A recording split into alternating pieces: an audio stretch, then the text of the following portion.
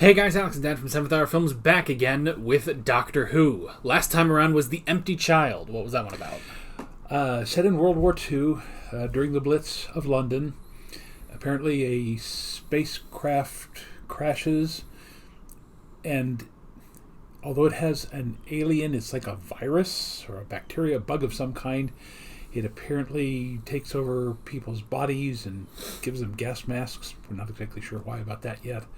It's spreading throughout London. Rose wanders off, meets a group of, artful dodger Oliver types who are stealing from the rich and trying to keep themselves fed. And we also got introduced to Captain Jack Harkness.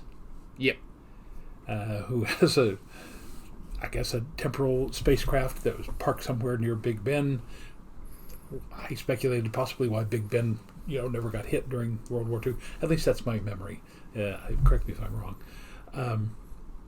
And it was going along, and then it ended rather abruptly, and I thought we weren't doing any more two-parters, but apparently I was mistaken. Yeah, so we ended off on a cliffhanger of all the masked people in the hospital cornering the Doctor, Rose, and Jack. So, yeah, that's pretty much where we left off. You have anything else, or should we just go straight into it? Oh, well, we opened the show last night, had a really good audience, had a great crowd, but the thing about being a producer and being an actor in a show, even though a relatively small part, is that once the show is over, which it came down about 10 minutes past 10 o'clock last night, but then your mother and I have to go to the office and do all the producer work, and we didn't get home until way after 11:30. So anyway, been a long night. Yeah. As for me, I watched the second Sonic the Hedgehog movie and enjoyed it. Anywho, that's your life update that ultimately doesn't matter, but we say it anyway. Yeah, so just to keep you up. Well, yeah. With that said, we might as well just jump right into part 2 of our two-parter. Because it's not a part 1, part 2. We say it's the Empty Child / the Doctor Dances. It's the whole thing. Anyway, let's just go into part 2. Go to your room. Go to your room!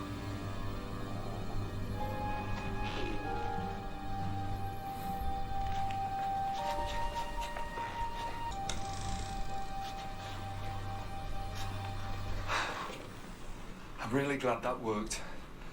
Those would have been terrible last words. Good job. Now, was John Barrowman well known at this point? I don't know. When he's put 50% up front, oops, German bomb falls on it, destroys it forever. He never gets to see what he's paid for. Never knows he's been had. I buy him a drink with his own money and we discuss dumb luck. The perfect self-cleaning con. Yeah, perfect. The London Blitz is great for self-cleaners. Pompeii's nice if you want to make a vacation of it, though, but you gotta set your alarm for Volcano Day.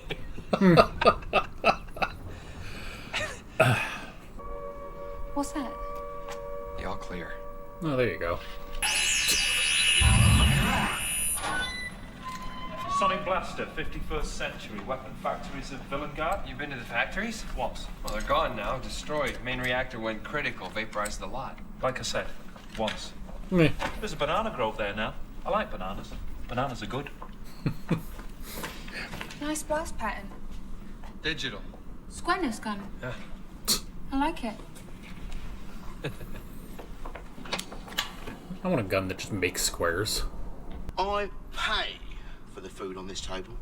The sweat on my brow, that food is. The sweat on my brow. Well, you should have taken it with you. And the food on this table. It's an awful lot of food, isn't it, Mr. Lloyd? A lot more than on anyone else's table. You pointed that Half out. this street thinks your missus must be messing about with Mr. Aberstock, the butcher. But she's not, is she? You are. Wire cutters, torch, food. And I'd like to use your bathroom before I leave, please.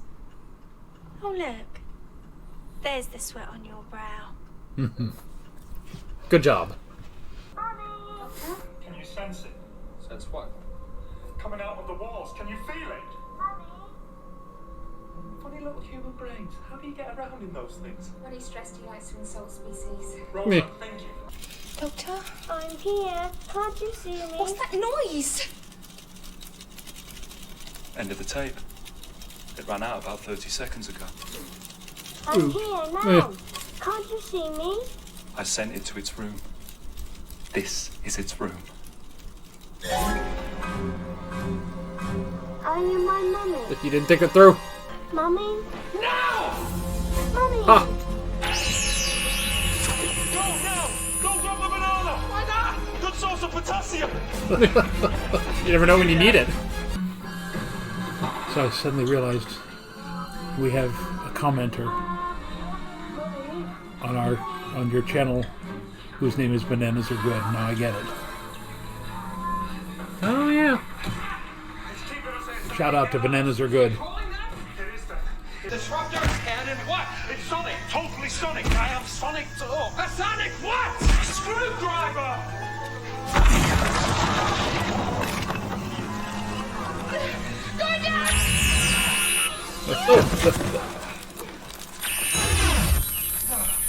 Doctor, are you okay? It used a warning.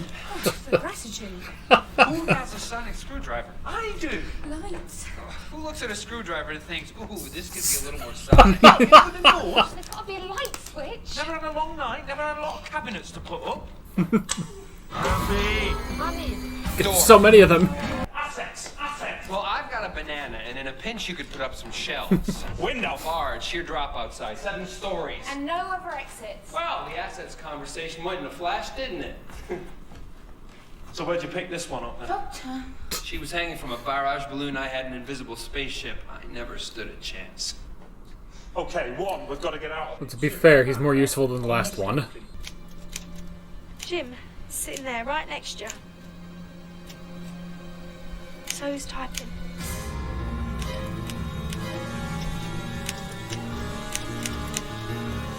Oops. Okay, so he's vanished into thin air. Why is it always the great-looking ones who do that? I'm making an effort not to be insulted. I mean, men. Okay, thanks. That really helped.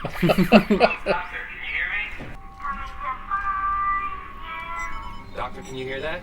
Loud and clear. I'll try to block out the signal. The least I can do. Remember this one, Rose?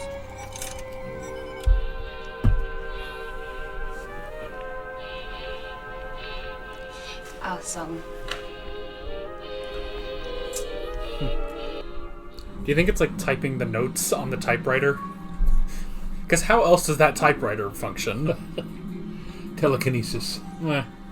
Why don't you trust him? Why do you? Save my life. Bloke-wise, I sat there with flossing. I trust him because he's like you. Except with dating and dancing.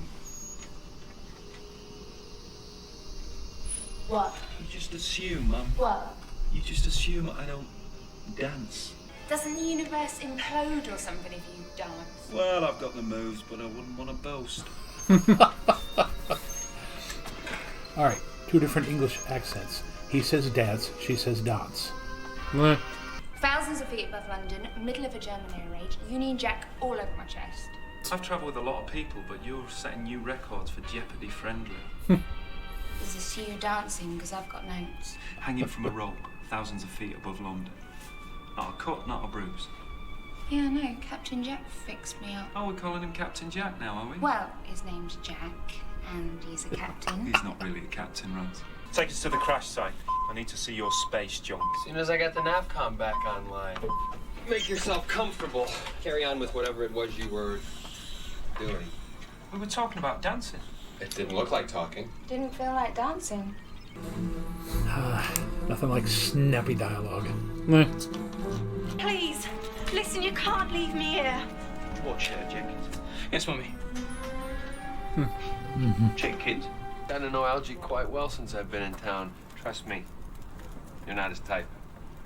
I'll distract him. Relax. He's a 51st century guy. He's just a bit more flexible when it comes to dancing. How flexible? Well, by his time, you lot spread out across half the galaxy. Meaning? So many species, so little time.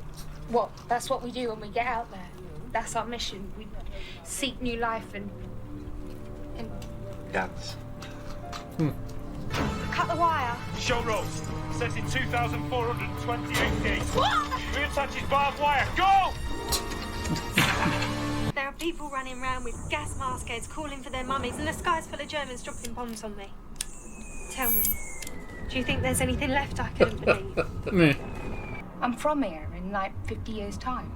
From here? I'm a Londoner. From your future. But you're not What? German. Nancy, the Germans don't come here. They don't win. Don't tell anyone I told you so. Do you know what? You win. We win. That would have been hard to believe in 1941. Nanogenes. It wasn't empty, Captain. There was enough nanogenes in there to rebuild a species. Oh, God. But what they find first is a dead child.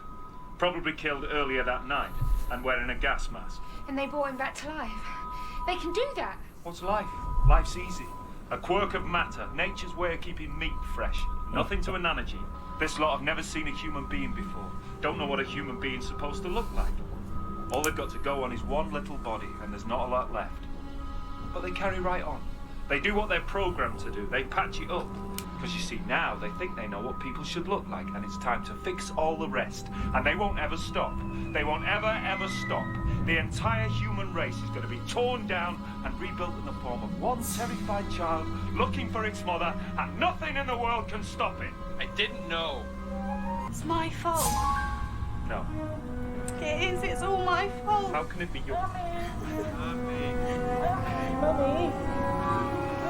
Mummy. Mummy!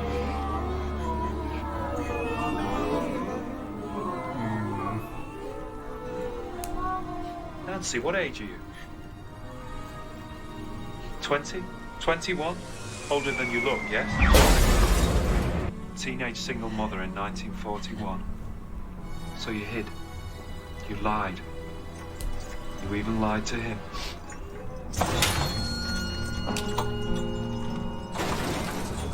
I am my mummy. Nancy, the future of the human race is in your hands. Trust me. No pressure. And tell him. I am my mummy. Yes. Yes, I am your mummy. Mummy? I'm here. I am so sorry. What's happening? Twitch changed, no wish. Oh, come on. Give me a day like this. Give me this one.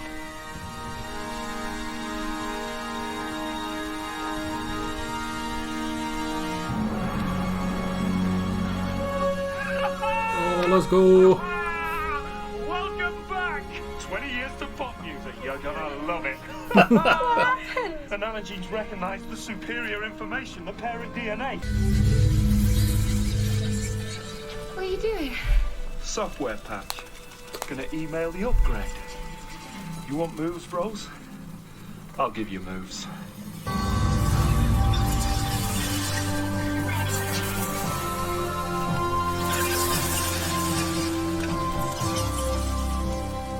Everybody lives, Rose. Just this once. Everybody lives! It's so rare. All better now. Yes. So it seems. They also seem to be standing around in a disused railway station. Is there any particular reason for that? Yeah, well, you know, cutbacks. Listen, whatever was wrong with... Dr. Constantine, Mrs. Harcourt, how much better you are looking. my leg's grown back. When I come to the hospital, I had one leg. Well, there is a war on. Is it possible you miscome? Right, you lot! Setting this to self-destruct soon as everybody's clear. History says there was an explosion here. Who am I to argue with history? Usually the first in line. The nanogenes will clean up the mess and switch themselves off, as I just told them to. Nancy and Jamie will go to Dr. Constantine for help. Ditto. All in all things considered, fantastic. Look at you beaming away like your Father Christmas. Who says I'm not? Red bicycle when you were 12. What? And everybody lives, Rose. Everybody lives. I need more days like this. Doctor. Go on, ask me. Out of 100, exactly how dead am I? Termination of Captain Jack Harkness in under 2 minutes. 100% probability. Probability, not. Lovely. Thanks. Good to Not know the definite. numbers. You're welcome.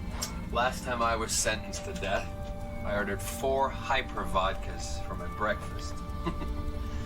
All a bit of a blur after that.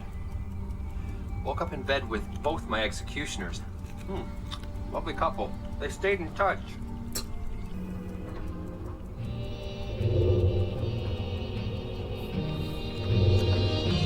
Well, hurry up then! Okay, try and spin me again, but this time don't get my arm at my back. No extra points for a half Nelson. Sure you used to know this stuff.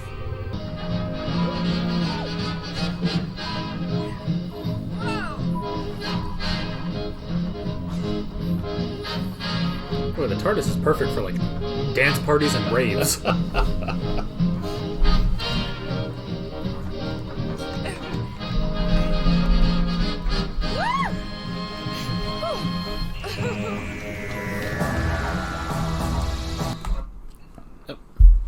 never mind that. Skip ahead. There we go. Now, Perfect. Nancy Florence. Oh, she looked familiar, but wait. Luke Perry? Wasn't he an American actor? Like, I know 210 or something? I have no idea. Oh. But, Yeah, no idea. The name sounds familiar. well, yeah. Alrighty. That's part 2. All right. Now, this is written by Stephen Moffat. Moffat. Again, the dialogue, the what we call snappy patter. There was a lot of that in Sherlock, and Yeah. didn't he and Gatiss write most of that? Yeah. So, a very weird story. I mean, you have to think of this. Who says we're going to have a bomb from an alien or a medical ship from an alien culture land on Earth with medical nanogenes who are going to find a dead child and think that it's the pattern for all life, and that this is kind of like the V'ger story from the original Star Trek. But that is so wild. I mean, it's like, having been a writer, and I'll be honest with you, I rarely come up with my own ideas. I've always adapted stories. That's my talent, is adaptation of other stories. But for somebody to sit around going, you know what's a good idea? What if there is this alien virus, or the nanogenes in this case, that accidentally lands on Earth, accidentally picks up a dead child, and decides to literally recreate the entire world based on this erroneous information. That is beyond hyper weird. But on top of that, you've got the snappy dialogue between the Doctor and Rose, and then you add in Captain Jack. And I mean, it's just the talent level of the writing and the performances in this show. I mean, again, the story is weird, probably one of the weirdest stories we have seen in a long while. But they sell it 100%. Yeah, definitely. And it's an interesting thing, like, when you're trying to think about the writing process of it, it's like, okay, we're going to do this 2-parter. Let's make it sort of, this horror-esque 2-parter, which, I mean, a number of episodes in this season have been as well. But it's like, okay, let's do another historical. Let's set it into World War II. It's like, okay, what scary imagery can we have that is on top of London literally being destroyed? And so clearly, like, what I'm thinking was the line basically to writing this was coming up with the idea of the gas mask, this unsettling, face basically that we really don't have anymore. We didn't have, we don't really see that kind of imagery nowadays. And so it's like, okay, so how do we make that even creepier? A kid. Kids are creepy. Let's just, kids are creepy. That works out. And then Village of the Damned. Yeah, and it's like, okay, so there's this kid with the gas mask. Maybe all these people, they start wearing gas masks. It's almost like a zombie apocalypse. And then you have to figure out, okay, why would this be happening on Doctor Who? And then it's like, and I don't know, because see, I don't know if, like, I've never really thought about it. I'm assuming then that it was Stephen Moffat who created the character of Jack Harkness, but I don't know, like, maybe, I'm wondering if it's maybe partly him or partly Russell T Davies' creation, and they just kind of mix those together. So I don't know. Maybe someone in the comments could clarify that.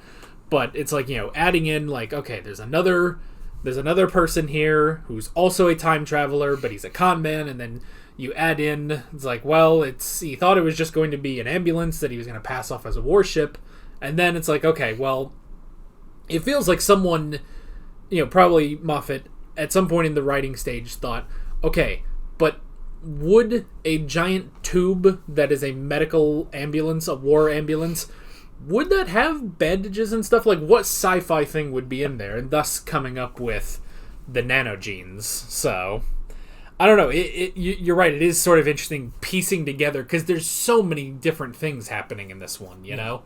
And again, I begin to wonder how much Moffat and Russell T Davies might have been influenced when they were younger by Star Trek. Because in addition to the story of the V'ger, which was actually stolen from a Star Trek original series plot, you also have the nanogenes, which is essentially what the Borg used when they were taking over species, but instead of being good for you, they were turning you into mindless drones. But that idea that they can fix what's wrong with you, but then they're given the wrong information about what's wrong with you, and they go ahead and try to fix it based on that limited knowledge. It's just, that's brilliant. Yeah. Well, and it's also sort of that computer mentality. Like, we kind of talked about that in Ghostlight, where it's like, this computer, it's tasked with identifying literally every species on Earth, but it can never finish this task because these species keep evolving. So it's like, well, I'm just going to destroy them so I can finish my job. Here, the computer basically, within all the nanogenes, is, they accidentally show up on this planet. They're never supposed to be on Earth. And they look at it as like, oh, this is a new species. Weird. It's like, well, seems to be dead. All right, we'll just sort of, pump it up, get it as like, oh, now it's alive again. I guess all this looks right. Scar, it's got a weird face thing on it. I don't know. That's kind of weird, but it's just this to them. They're like, this is what a human is. This is the only thing we've seen. We have no way of knowing. And so it looks at everyone else like, well, these people are all weird. We should fix them and also prepare them for war for the Chula. Yeah. Now, this is almost completely off subject, but I am reminded of. There is a period of Oklahoma history that has a very weird parallel here. You probably know in the 1830s, the United States Congress passed literally the worst law in our country's history called the Indian Removal Act, where all the tribes east of the Mississippi were to be removed west of the Mississippi. Well, they started moving many of these southeastern tribes, what we call the five civilized tribes, into what is now Oklahoma. The problem was, what is now Oklahoma had never been surveyed. So there were times when two different tribes were literally promised the same piece of land. So the Congress creates the Federal Indian Commission, puts together a huge survey there to go out and start surveying all the land so that they can, resettle the Native Americans. It takes them 30 years to complete the survey. And it was like 1865 or 1866. They turn into the survey to the government.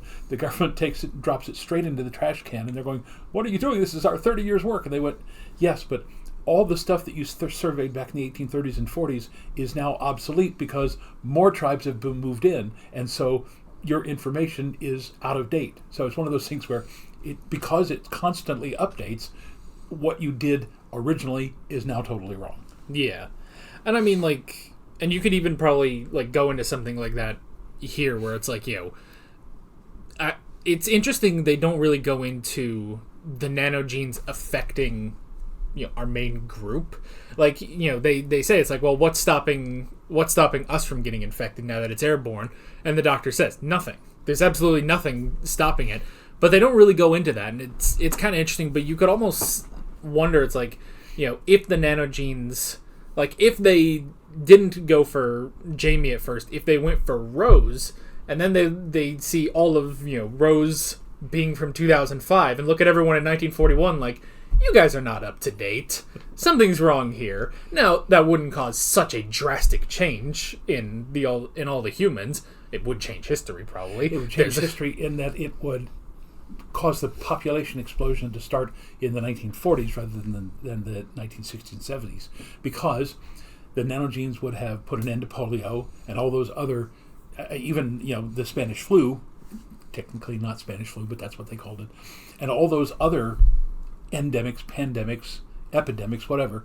And because there would be fewer deaths from disease, there would be a spike in population. So that'd be a crazy plot point if suddenly like they just hear on the radio, it's like, and FDR is completely cured of his polio, and it's just like, oh, I mean, good for him, but we got to do something that's not supposed to happen, But yeah, and I also kind of thought, just on the fact that they didn't really affect the main crew, I did have the thought, like, there are other episodes where there would be this sort of thing where like maybe Rose gets transformed to like, and I could see that as sort of an upping the stakes. I almost think it works better here that doesn't happen, because like if Rose ended up changed, then okay, well, there's a way to reverse this completely. Like that almost takes away the stakes. Yeah. So now here it's like, it's just that sort of looming threat that it could happen. Luckily, it didn't happen to any of them that were there. And of course, we said, it's like, well, if they looked at Rose from 2005, if they looked at Jack being a human from the 51st century, or even if they looked at the Doctor and thought, you're different. Yeah. You're different from the rest of them. So yeah, that's kind of what I was thinking, is that the fact that none of them belong to 1941 Earth. Yeah. All right. Even though Rose is from Earth, she's not going to be born for another 20, 30 years. So the nanogenes are basically avoiding them because they do not appear to be the normal human species of 1941. Yeah. So, it would be like a horse or a cow or any other kind of separate species. The nanogenes simply look at it and go, well, this is not what we're looking for, because we have this 1941 genetic material, and these people don't match that, so we'll just leave them alone.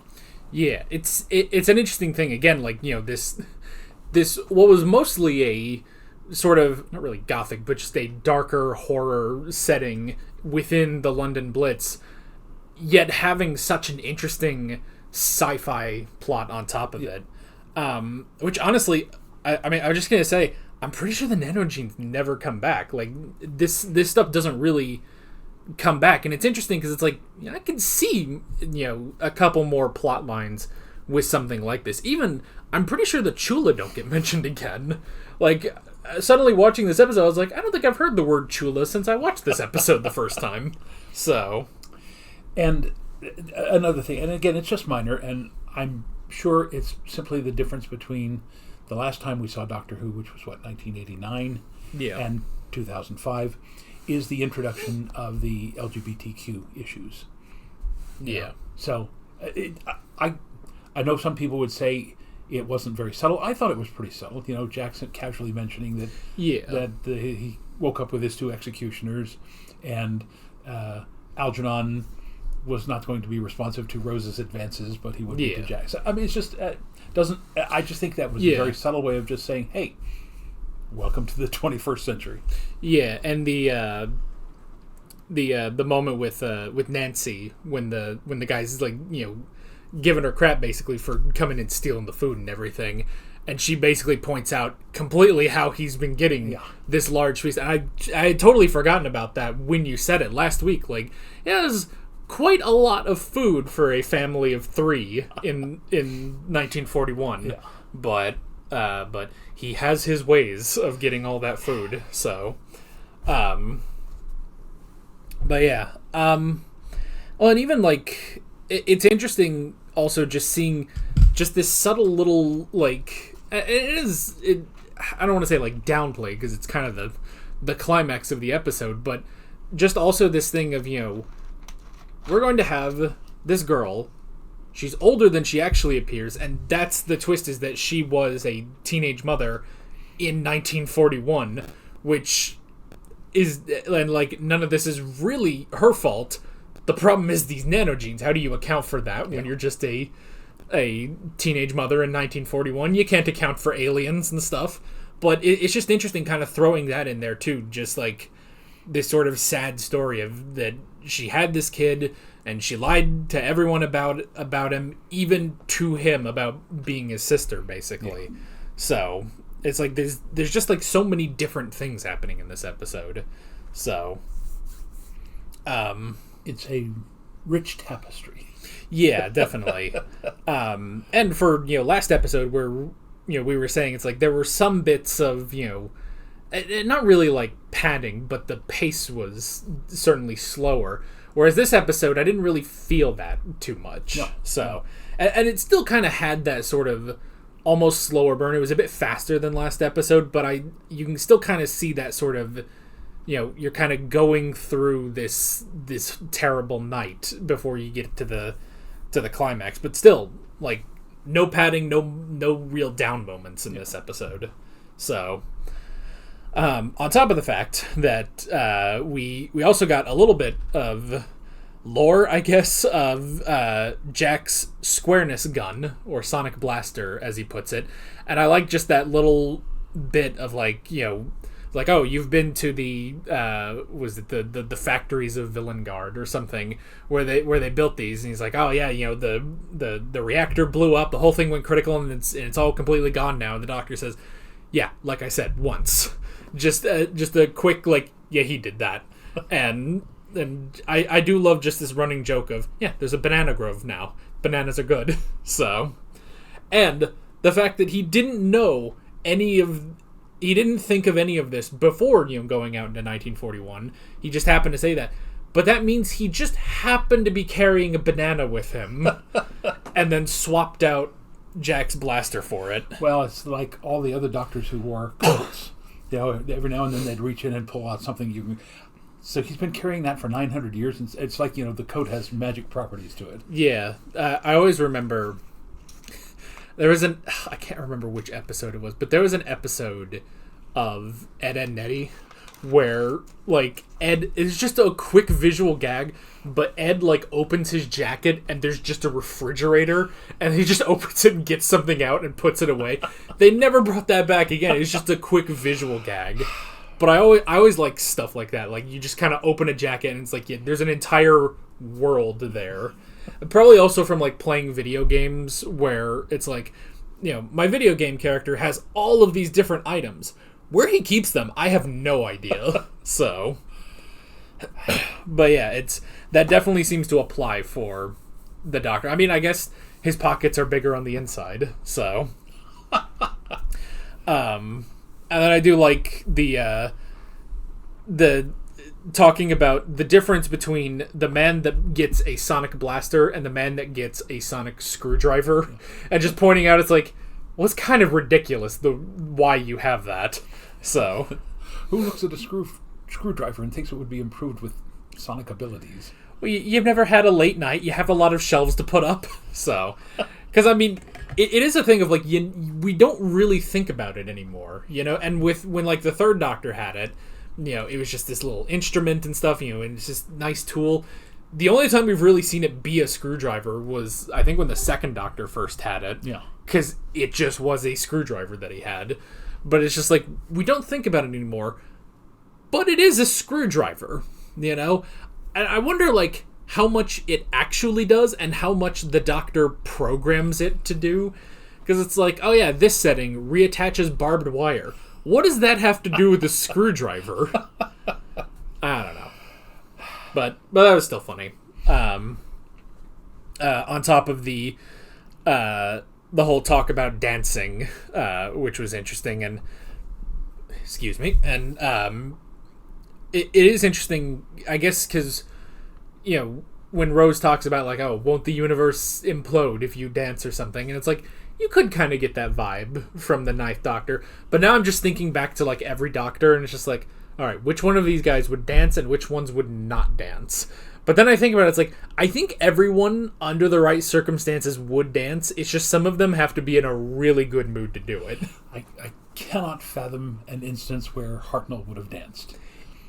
It would be very difficult. It would have to be, like, no one else is there. Like, Ian and Barbara are not there or something. Or, like, you know, maybe it's just a slow dance or something. I don't know. Like, it would be a very, very rare occurrence for that to happen. But all the rest of them, I mean, it'd be very simple to see Troughton doing a dance because he was, you know, kind of a cosmic hobo anyway.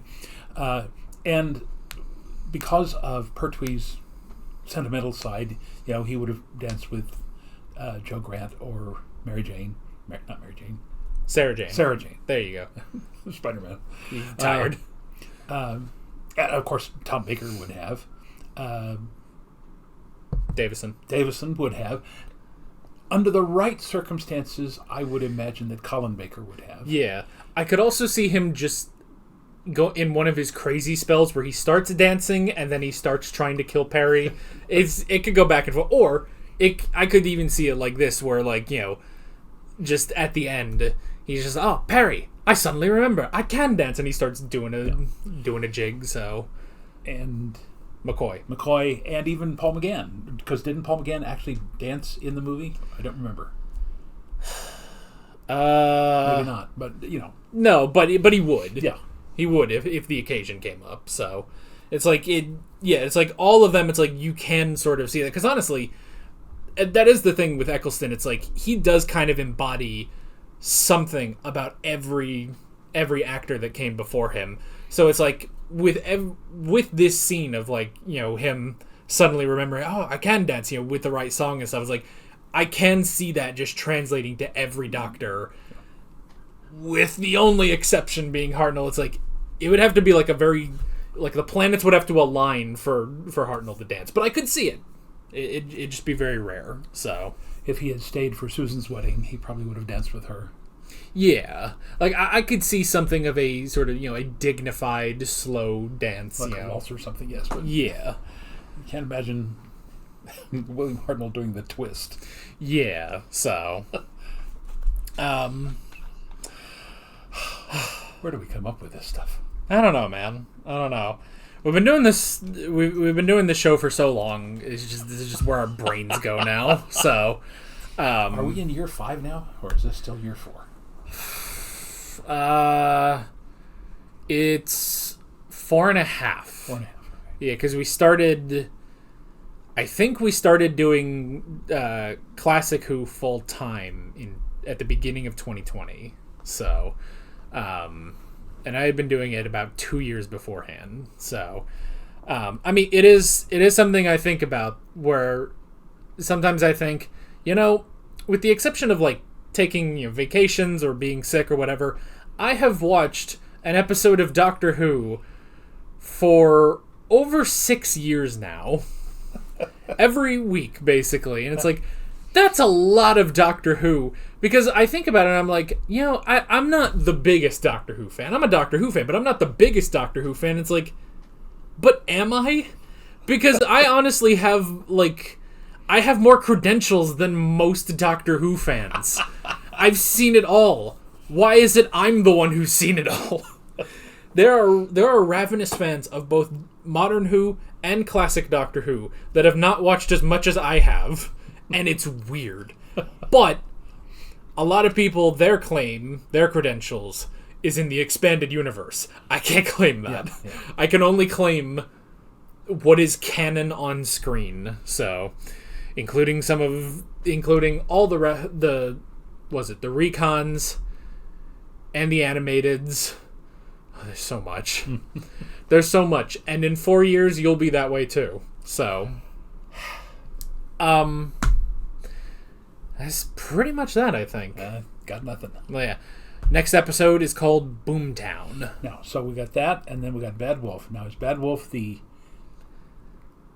end of Eccleston, or did you say there was a special? So there's 3 more episodes in this season. So we have Boomtown, Bad Wolf, and then the season finale. and then after that is the Christmas special. So, and pretty much between every season will be a Christmas special or a New Year's special.